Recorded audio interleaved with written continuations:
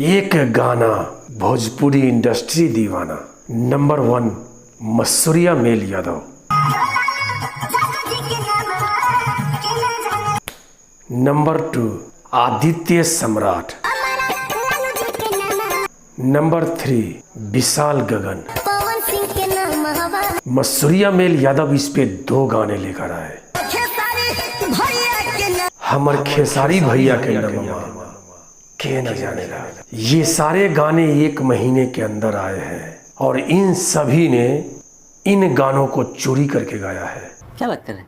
वही बात जो YouTube की डेटा कह रही है। अब तक जो आप देख सुन रहे थे वो सब डुप्लीकेट था, नाउ ओरिजिनल। राजेश देहाती यादव का ये गाना है 1 साल पुराना। 15 मई 2024 को ही ये गाना RK आरा म्यूजिक से रिलीज कर दिया गया था। क्या सिंगर बनेगा ये लोग। 50 ग्राम उसका गाना तो 50 ग्राम इसका गाना उठा के गा देने से क्या कोई सिंगर बन जाएगा। इतनी भी शर्म नहीं है इन लोगों के अंदर। इसका इंसाफ हम नहीं करेंगे, ये जनता करेगी। धन्यवाद।